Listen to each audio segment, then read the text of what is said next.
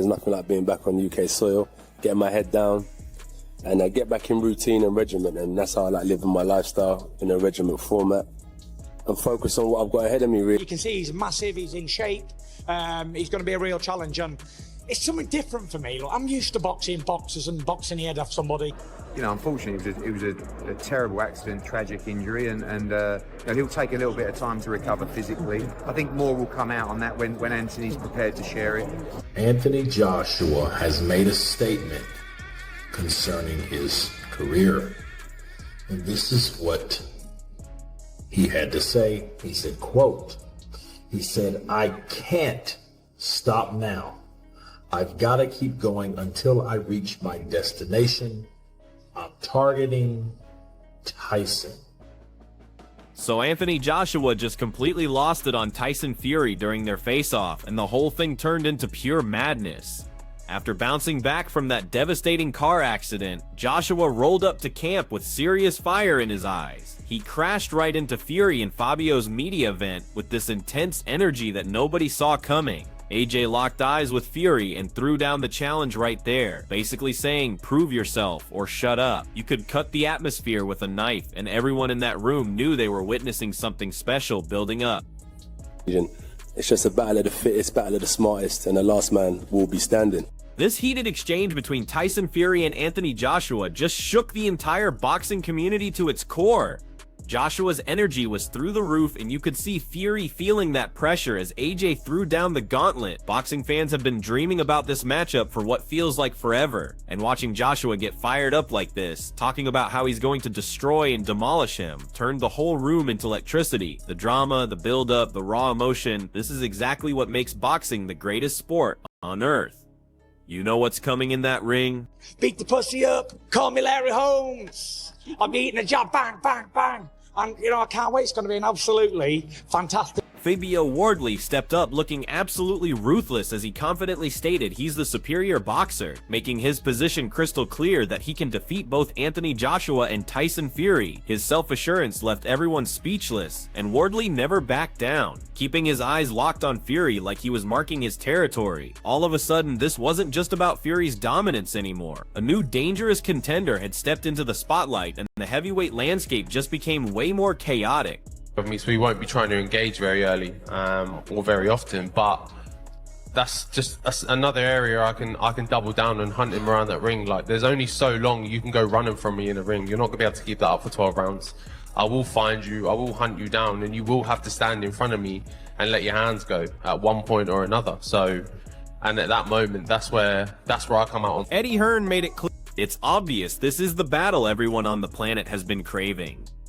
Boxing enthusiasts don't care about anything else right now because Anthony Joshua versus Tyson Fury represents the ultimate heavyweight collision. Joshua's been grinding relentlessly, and Fury can't pretend it's not happening anymore. While every single statement from AJ just adds more gasoline to the fire, everything's in place for an absolute war, and nobody can deny this confrontation is coming, whether they like it or not. The fight that people have been talking about, and the only fight people want to see, and the reason that His Excellency has been engaging in those talks with Tyson Fury is to fight Anthony Joshua. The comeback story reveals something massive about Anthony Joshua's return from devastating loss that goes way deeper than just physical recovery. His mental and emotional transformation runs to his core. Even after going through heartbreak and spending time rebuilding himself, AJ's self-belief shines brighter, showing he's evolved into something more dangerous. Everyone can witness it. A warrior who's been through hell, who's experienced real pain, yet stands completely unbreakable. His psychological strength alone turns him into a frightening challenge, and the boxing world is now even more hungry to see him return to action. It's good to hear Anthony Joshua speak with confidence and strength, saying that he has a strong mind. And that was great because a lot of people are wondering with that tragedy, you know, how he could be doing mentally and spiritually. Of course, he's sad. Of course, he's down. Of course, he needs time to grieve and all those things. But he has a strong Spencer Oliver just revealed something explosive when he pointed out that Anthony Joshua has locked his focus on the biggest possible confrontation, and we're not talking about just any opponent, we're talking about Fury. Sure, there's chatter about Arslan Mukhmadov potentially serving as a warm-up bout, and everyone understands his fighting approach would benefit Fury, but Joshua's concentration, devastating power, and pure willpower turn him into a terrifying puzzle for any heavyweight. The division just became significantly more lethal. Obviously, Anthony Joshua was the dream fight that he was hoping for sometime late summer.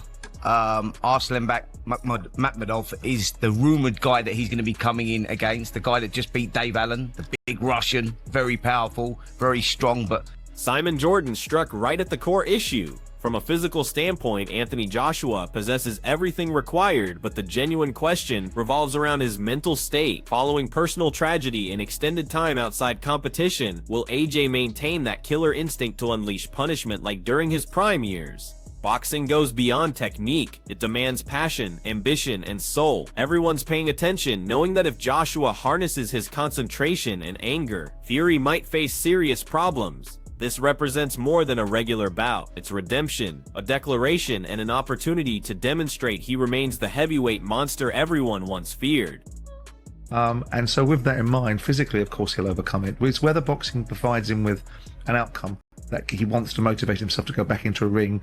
Eddie Hearn breaks it down perfectly, that working with Tyson Fury feels like trying to catch wind. Today, everything seems legitimate. Tomorrow, it transforms into psychological warfare. This unpredictability explains exactly why Joshua's team refuses to chase ghosts. The priority right now involves Anthony Joshua developing himself both mentally and physically, because preparation represents the only real weapon in promotional politics. Fury's quietness, postponements, and confusing messages only create more doubt that this might be strategic delay tactics. Meanwhile, AJ keeps training like the showdown is guaranteed.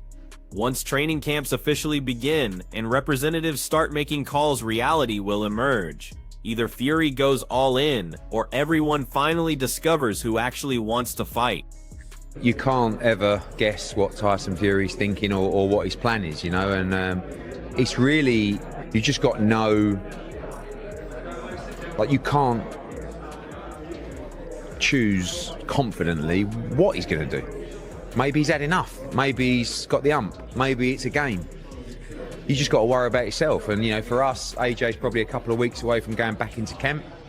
And then, you know, in a couple of weeks, maybe we'll reach out to Frank and Spencer and say, look, we're going to make our next move. Do you want to speak to Tyson and see, make sure it's 100%? Frank Warren breaks down the business side behind all the excitement, and his perspective cuts straight through the drama immediately. Staying active in training doesn't create super fights, contracts do. Joshua working hard demonstrates commitment, but commitment means absolutely nothing without legal documents. This has zero connection to courage or self-confidence. Everything revolves around power, positioning, and perfect timing. Supporters want passion, but promoters focus on paperwork until financial terms, specific conditions, and guarantees get finalized. Everything stays conversation. The disappointment for fans is understandable because this fight seems so close yet impossibly far away. One fact remains certain though. After terms get officially agreed upon, excuses vanish completely. Then both camps will face judgment through performance, not interviews. He said that he wants to fight, but this fight will only happen when the terms are agreed for him to fight. And as far as I understand at this moment, that's not been done. So the terms have got to be sorted out, and then I'm quite sure if that is the case, he will. Duke McKenzie. Lindsay targets accomplishments instead of personalities, and that approach hits where it hurts most. He challenges whether fame has overshadowed honest assessment in discussions about boxing greatness. Victory records count, but circumstances matter even more, and fighting regimes reveal uncomfortable realities.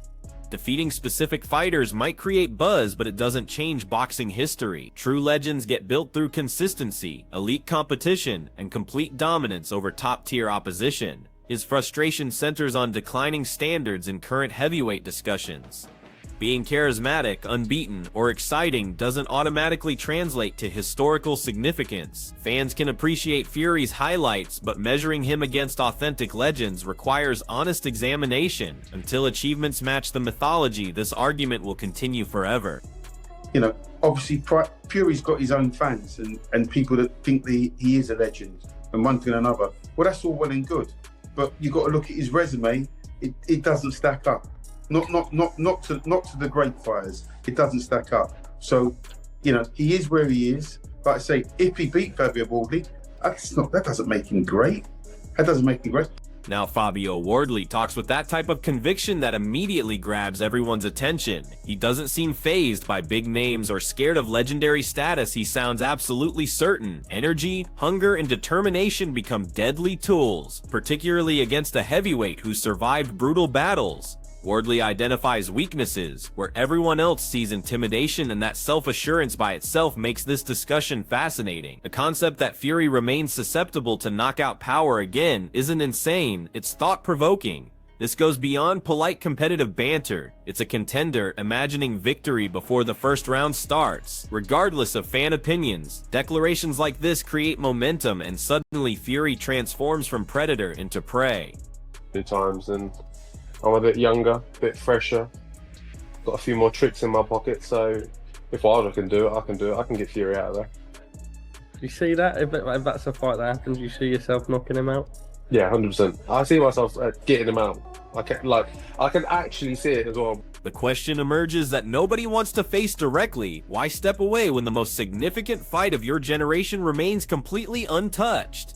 This transcends nostalgia. This represents unfinished business. Joshua versus Fury isn't simply about money. It's a crucial moment for British boxing. The deeper truth gets exposed here. Walking away only makes sense after proving everything possible. Right here, though, everything remains up for grabs. Reputation, respect, and history keep calling louder than retirement comfort. Boxing fans are done with excuses. They demand action. Every single time Fury hints at leaving then returns, it damages trust and creates confusion. If this battle truly has meaning, there's only one answer. Stop playing games with retirement and enter the ring before this opportunity disappears forever. No, the fight with Anthony Joshua is an interesting one we want to see, one that I certainly want to see. First of all, I'd just like to say, why retire, why come? The harsh truth about timing in championship boxing gets highlighted perfectly, coming directly off an exhausting training camp and brutal fight, then jumping immediately back into warfare isn't always wise, but neither is allowing golden chances to slip away. This creates Fury's favorite trap, making opponents operate on his timeline. Refuse and you might lose the biggest financial opportunity. Agree and you risk being unprepared. That uncertainty feeds questions about whether this contest ever actually happens. The exhaustion shows with endless back and forth discussions, false announcements, and theatrical delays. Boxing followers have witnessed this pattern before, where big talk leads to complete silence. Eventually, credibility becomes everything. Playing these games too often doesn't just frustrate fans, it destroys confidence that any bell will ever sound.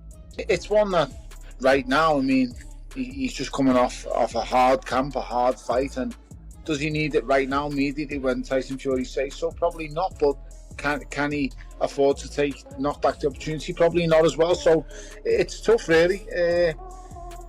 I'm not so sure it actually does happen, and I'm not so sure it's someone, once again, boy who cried wolf. The picture painted shows confusion mixed with behind-the-scenes rumors where extended breaks, surprise retirements, and private meetings all make it impossible to separate planning from chaos. When heavyweight champions disappear for months, momentum refuses to wait around. It keeps moving forward. Planning a gradual return sounds reasonable, but boxing doesn't reward those who hesitate. Away from public view, strategies might be developing, but widespread skepticism keeps expanding. People hear schedules, then hear complete reversals. That gap between promises and reality feeds doubt. If any comeback is genuine, transparency must replace guesswork. Boxing history shows no mercy to fighters who spend too much time away from competition. The suggestion points toward activity, but until training gear gets put on and calendar dates get confirmed, every return announcement feels temporary instead of definite. He'll get a tune-up. It'll be Anthony Joshua before Alexander Usyk. That is my understanding. When you say tune-up, you're not referring to Anthony Joshua as a tune-up, or no, that's not a tune-up. No, that's what I mean. But just the way you worded that. Then. Well, we're already into. He hasn't fought for 6.5, 7 months. Oh, he's retired, mate. He's retired. Yeah, he's retired. My understanding is behind the scenes they're working very closely on getting him back, maybe late this year or very early. The balance between honesty and optimism gets struck here, recognizing weaknesses without giving up hope completely. Sure, fighters watch video footage and picture similar results, but boxing never follows predictable patterns. One perfect punch doesn't guarantee it happens twice. Knowledge, modifications, and mental approach change everything completely. Still, the lean goes toward Joshua because reliability counts most. AJ's talent for performing under enormous pressure and following strategic game plans separates real ability from theoretical discussions. Raw power by itself doesn't capture elite victories. Precision and mental toughness do the work. This perspective shows genuine respect instead of manufactured excitement. While others create storylines, the focus stays on realistic chances. Supporters might debate endlessly, but inside the ring, discipline defeats wildness most of the time. If this rematch actually materializes, it won't get determined by past results. It'll get decided by whoever makes better adjustments when everything's on the line. Why? Because Tyson Fury's a fighting man. So I know Dylan White is nightmares to everybody. You never know right now. People are thinking, yes, I know how to take that by eyes. The same shot Anthony Joshua took him out with, and Pulev took him out, Povetkin took him out with. But I just think, fight-wise, I'd lean towards Anthony Joshua.